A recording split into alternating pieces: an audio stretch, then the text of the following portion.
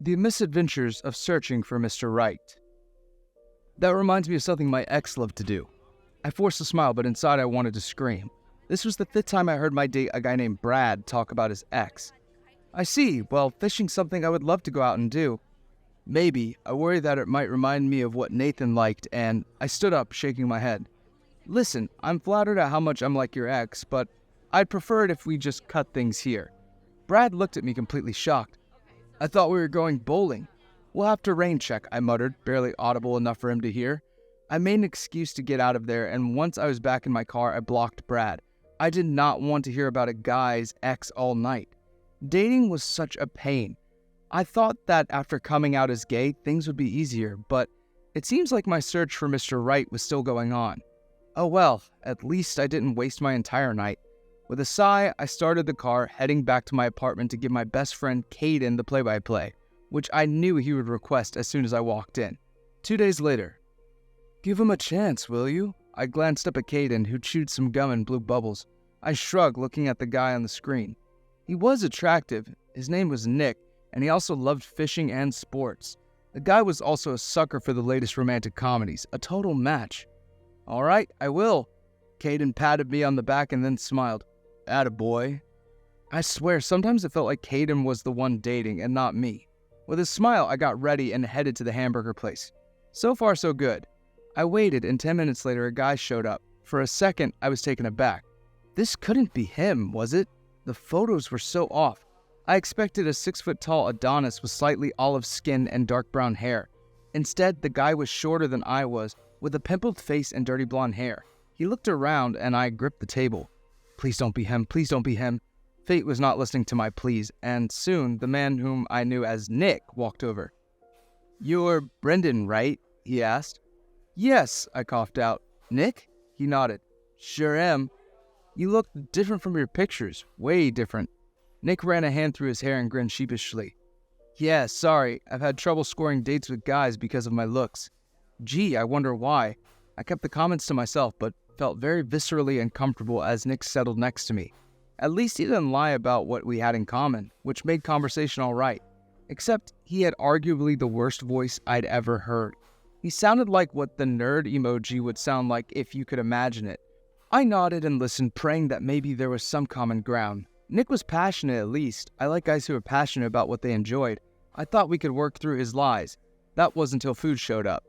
There, I got to witness Nick chewing with his mouth open like a pig. I cringed. Nick continued to chew, smacking his lips like a flopping fish. Something the matter? No, it's just, I need to go. Something came up. Friend's car broke down. I hated lying, but there was no way I could stay here any longer. I slipped out of the booth and thanked Nick for his time. Rushing out the door and back to the car, I sat in the seat and texted Kayden, frustration looming inside me. You were totally off. The guy was the worst so far. A second later, Kayden messaged me, the tone making me want to throw my phone. Let me guess, not an Adonis, but some nerdy-looking loser. I sighed. How did he know that? I groaned but drove back, determined to get the taste of Nick, his nasally voice, and his piggish behavior out of my head. A week later. The third time's the charm, right?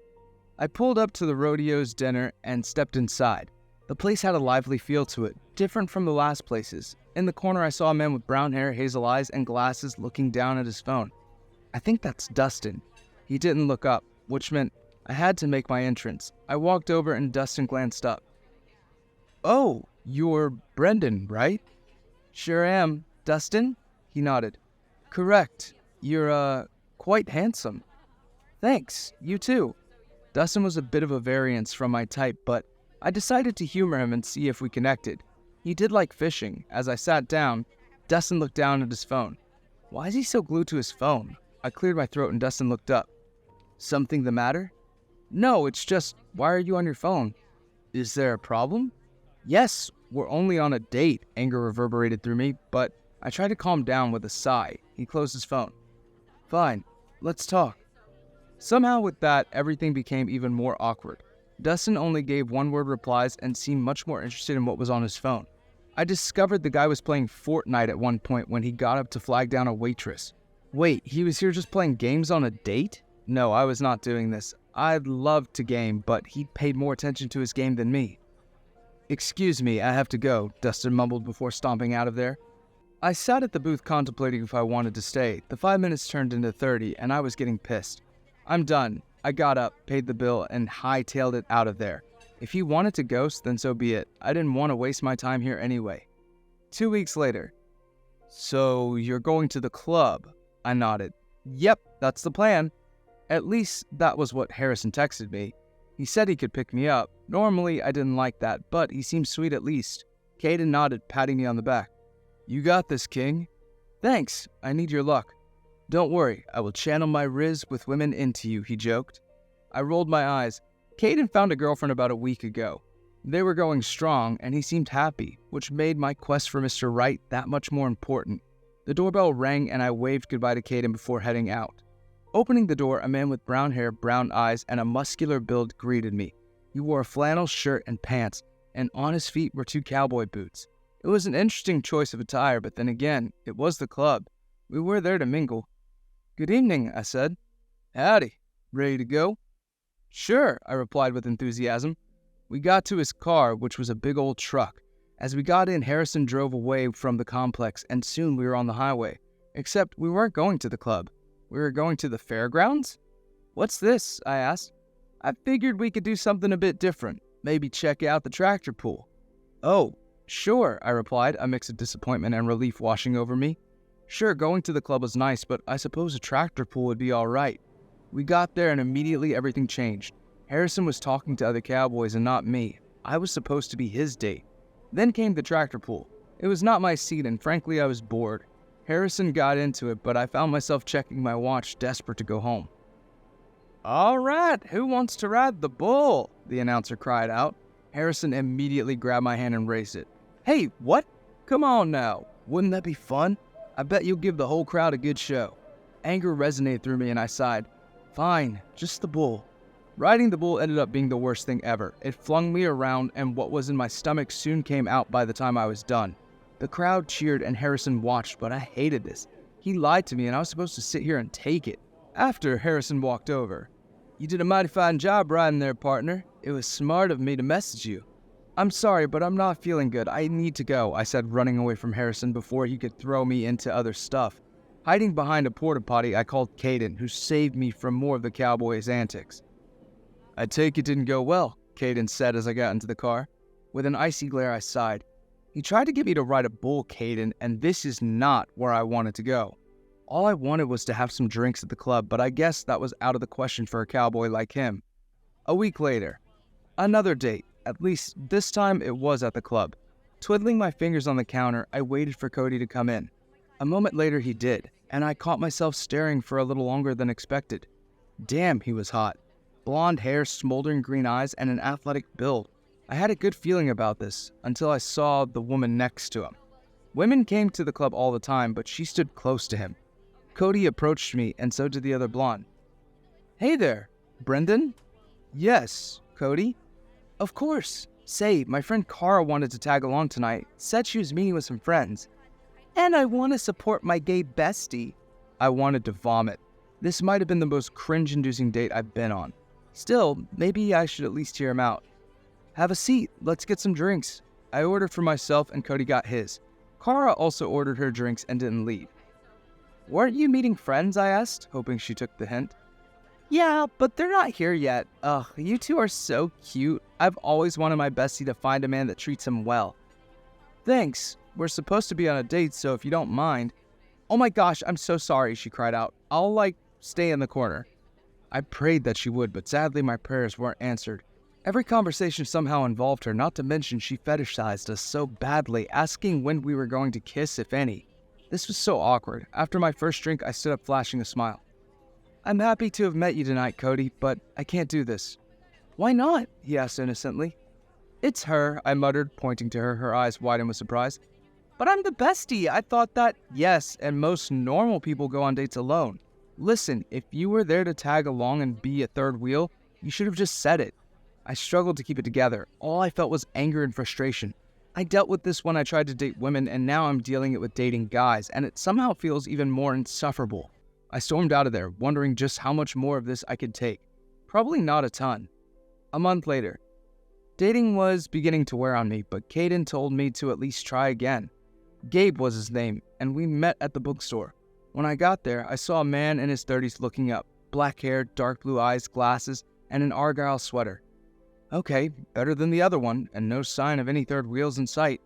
I sat down and we began talking. So far, things felt right. There's some potential there. So, you like fishing? Of course, I love fishing. Wow, that's great. I love fishing and reading. You know, we could go walk around the pond nearby if you'd like. Sure, that'd be nice, I said, grateful that he wanted to move around. Talking in the bookstore was nice, but it was getting a little trite. We walked around exchanging stories and getting to know each other. We spent the best part of 3 hours together, and when we got to the gazebo, he stopped. This is the best date I've been on, Brendan, he said. Thanks, it's been great for me too, I admitted. Way better than the last strikeouts. Happy to hear that. He took a step closer, and I pursed my lips. What was he doing? Cupping my chin, he gazed into my eyes. I'm beginning to fall in love with you, Brendan. I never believed in love at first sight until I met you. I stood there gawking at him. No way in hell this was happening. A guy just confessed his love to me after only knowing me for a couple of moments? I'm, flattered, I said, the awkwardness peeling in. He leaned in, his lips dangerously close to me. Okay, hold on. Kissing on the first date is not my thing. I stepped away and he looked at me with surprise. Sorry, I just like you a lot. I took a couple more steps back, my heart beating out of my chest. I refused to date a love bug who would love to bomb me and demand that I feel the same way early on. I wanted a normal relationship. I need some time. Do you want to go back to my place? Is this guy for real right now? He wanted to go back and hook up? No way, total red flag. I shook my head, taking a couple steps away from the gazebo. I'm sorry, I have to go. Without another word, I sprinted away, completely shocked at his words and the audacity of this man. A month later. Okay, this has got to be promising, right? I waited at the nature center, excited for Raphael. He looked promising online, and I did a cross-check on his social media handles. Not a catfish, thank God. A man approached in a pair of jeans and a t-shirt. His brown hair fell in caressing waves, and his brown eyes were almond-shaped and almost hypnotizing. Hey there, you must be Raphael. It's so humid out. I should have known to stay inside. Bucky, too. We can use bug spray, I offered, walking towards the car. No, it's fine. I guess I'll suffer, he said. Is he going to complain the entire time? I hope not. Shrugging it off, I walked with Raphael, only to discover something else. The guy stunk. He smelled like he hadn't showered in ages. I sniffed a little and turned to him. Say, did you shower? Yes. Why? That sounded like an utter lie. The smell was like rotten eggs and made me gag. Raphael pursed his lips, angry at my words. I'll have you know that I shower every day. I hate doing it, but I want it to look good for you. Ironic because somehow the guy missed the mark despite claiming that he did it for me. I tried to be nice, but it was starting to get to me, driving me crazy.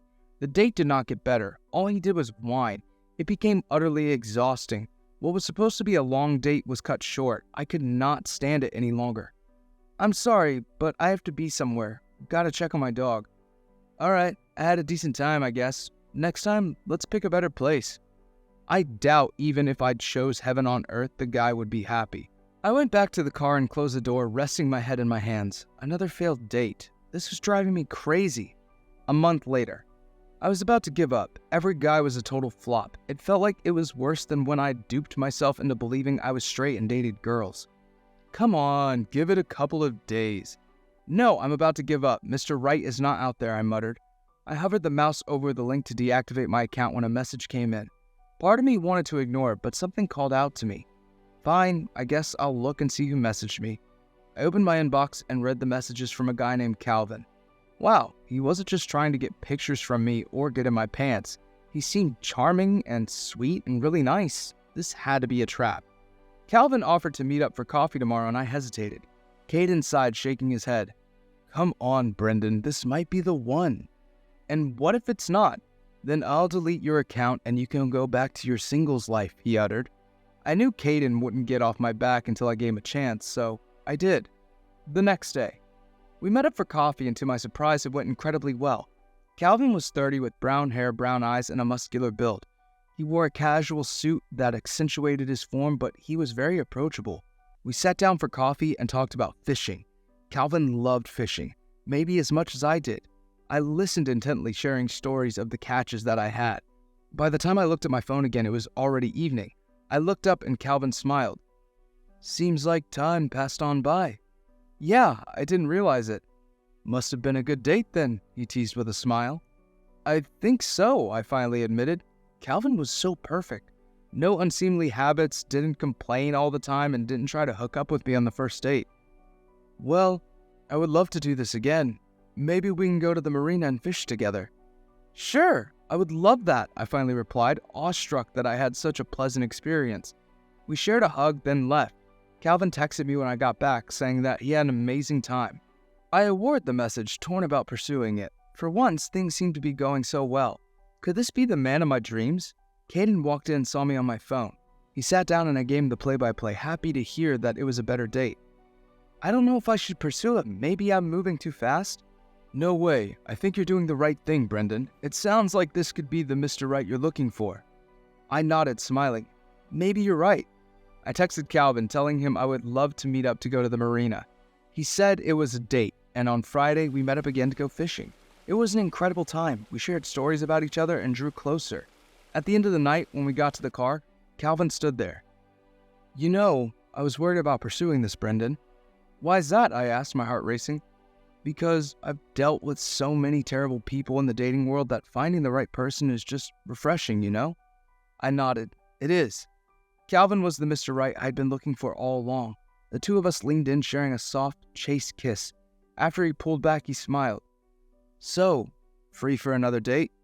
I nodded, lacing my fingers in his. You bet. The next date turned into multiple dates, and soon Calvin and I became a couple. We moved in and everything seemed perfect. For the first time, I was happy. I finally found Mr. Right. After all the pain and frustration and the realization that dating is similar when you're pursuing men as you do women, I finally found him. Mr. Right is out there, waiting for you. You just have to find it. The end. What was the craziest first date you've been on? Let us know in the comments. Thanks for watching. Consider subscribing to become part of our Rainbow Force. And stay wholesome.